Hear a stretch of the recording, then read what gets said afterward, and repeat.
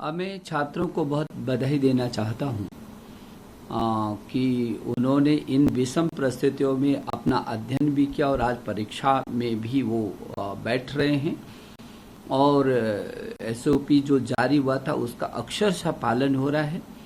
मेरे पास बहुत सारे संदेश आ रहे हैं, मेल आ रहे हैं और जिसमें अभिभावक बहुत खुश हैं और जो व्यवस्थाएं की हैं उन व्यवस्थाओं से वो कहते हैं कि बहुत अच्छा, अब हमको भरोसा हुआ है कि हमारा बच्चा सुरक्षित जो है एग्ज़ाम देगा।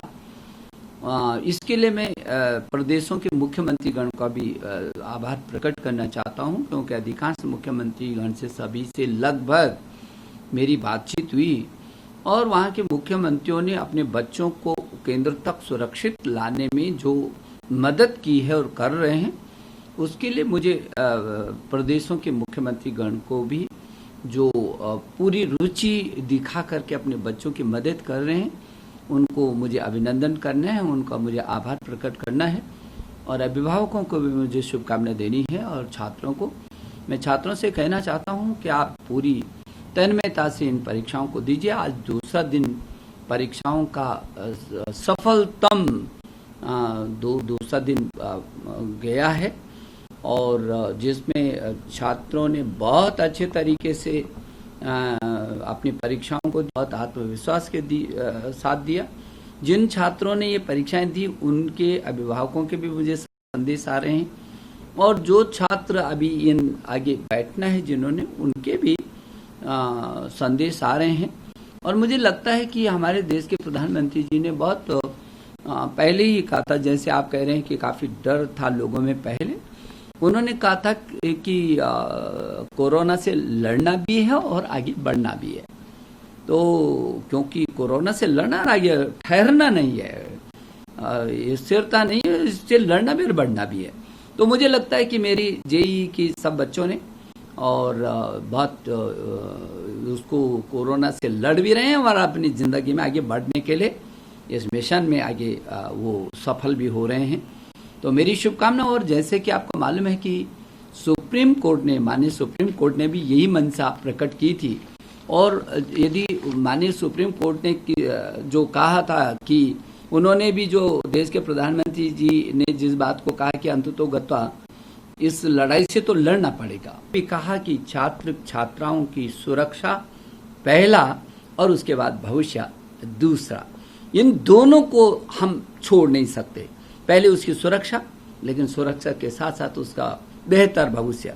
यदि ये एक वर्ष उसका चला गया होता तो इस वर्ष की, चाहे वो इंजीनियरिंग के क्षेत्र में है, चाहे वो आईआईटी के क्षेत्र में जाएगा और चाहे फिर नीट के माध्यम से वो मेडिकल कॉलेजों में जाएगा। अब ये जितनी भी परीक्षाएं हुई हैं, शीर्षस्थ परीक्षाएं हैं, यदि इस समय एक तो पूरा वर्ष ही खत्म हो जाएगा, इस वर्ष की सीटें लैप्स हो जाएंगी और अगले वर्ष यदि इस समय 30 लाख लोग बैठे होंगे तो अगले वर्ष 60 लाख छात्रों में उसकी प्रतिस्पर्धा में कहाँ आएगा। इसलिए छात्र चिंतित था, उसको लगता था कि 2-2 साल से हम मेहनत कर रहे हैं और बहुत सारे छात्रों का ये लास्ट ईयर रहा होगा। इसलिए छात्र बहुत खुश हैं और मुझे इस बात की खुशी है, मुझे इस बात का संतोष भी है कि यदि गवर्नमेंट ने पूरी ताकत के साथ छात्रों के पीछे खड़े होकर के उनको भरोसा दिलाया, तो आज उस भरोसे पर मेरे छात्र छात्राएं पूरी ताकत के साथ पूरे देश के अंदर वो परीक्षा दे रहे हैं। मोदी जी, देश जानना चाहेगा कि वर्तमान जो एग्जाम चल रहे हैं जेईई के, उसमें कितने प्रतिशत छात्रों की उपस्थिति है, अटेंडेंस कितने %? यदि देखेंगे तो पिछली बार के लगभग है, लगभग यदि 5-7-10% को यदि देखा जाए तो मुश्किल से 10% का जो है अंतर है, ये बहुत बड़ी बात है। और वो भी क्यों है? क्योंकि बहुत सारे राज्यों ने ये अपनी परीक्षाएं करा दी। जिन राज्यों की थोड़ा बहुत उपस्थिति कम है, उसी बीच इसी दौरान उन राज्यों ने अपने संयुक्त प्रवेश परीक्षाओं को कर दिया। तो जो उन राज्यों में बैठ गए अपनी परीक्षाओं में, वो इधर फिर नहीं आ पाए। लेकिन इस सब के बावजूद भी इतनी उपस्थिति, ऐतिहासिक उपस्थिति और बहुत उत्साह है छात्र छात्राओं। और आखिरी सवाल सर कि तमाम विरोध के बावजूद आपने देखा किस तरह से विरोध हो रहे थे, आपको पत्रों की एक तरह से कहें कि फहरिस्त लंबी थी जो जगह जगह से आपके पास आ रहे थे, सांसदों से लेकर विरोधी दलों के सांसदों से लेकर पार्टियों से। तमाम विरोध के बावजूद आप सरकार ने निश्चय किया कि नहीं परीक्षा कराना है, क्या मोटिवेशन था इसके पीछे? देखिए, यदि सरकार ने ये स्टैंड लिया तो छात्रों के भविष्य को लेकर के लिया। मैंने तभी छात्रों से ये आग्रह किया कि इसको निरस्त करना तो बहुत आसान है। यदि गवर्नमेंट ये कहती कि नहीं 1 वर्ष के लिए बंद और आगे पीछे, तो 1 वर्ष खराब होता, 1 वर्ष की जितनी वो सीटें सब बेकार जाती और अगले वर्ष इनकी इस सीमा तक की प्रतिस्पर्धा होती, तो हम देश को 1 साल पीछे क्यों धकेले। यदि हम इन विषम परिस्थितियों में हमने झेलना है और जो छात्र 2-2, 3-3 वर्ष से परीक्षा की तैयारी कर रहे हैं तो कहता हूँ उनके भी भविष्य का प्रश्न है। तो ऐसा नहीं था।